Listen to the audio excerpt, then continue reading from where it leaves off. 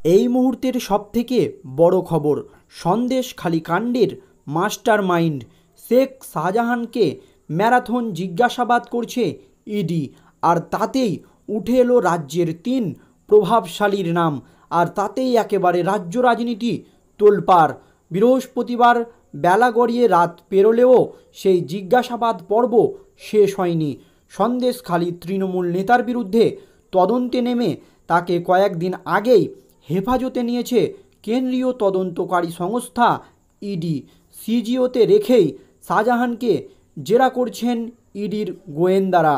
সেই প্রক্রিয়া চলাকালীন সল্টলেকের সিজিও কমপ্লেক্সে ইডির দপ্তরে দ্বিতীয়বার ডেকে পাঠানো হয় শাহজাহানের ম্যানেজারকে।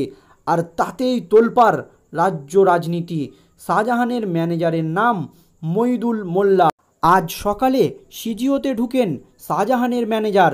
তারপর থেকে রাত 8টা পর্যন্ত তাকে জিজ্ঞাসাবাদ করে কেন্দ্রীয় তদন্তকারী সংস্থার আধিকারিকরা।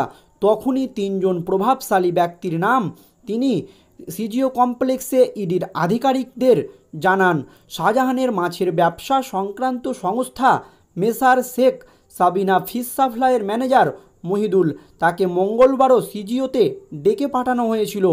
ইডির ম্যারাথন জিজ্ঞাসাবাদ করেছিল শাহজাহানের ম্যানেজারকে। তবে শাহজাহানের ম্যানেজার যে নামগুলো প্রকাশ করেছে তা এখনও কেন্দ্রীয় তদন্তকারীর আধিকারিকরা প্রকাশ্যে আনছে না তদন্তের স্বার্থে।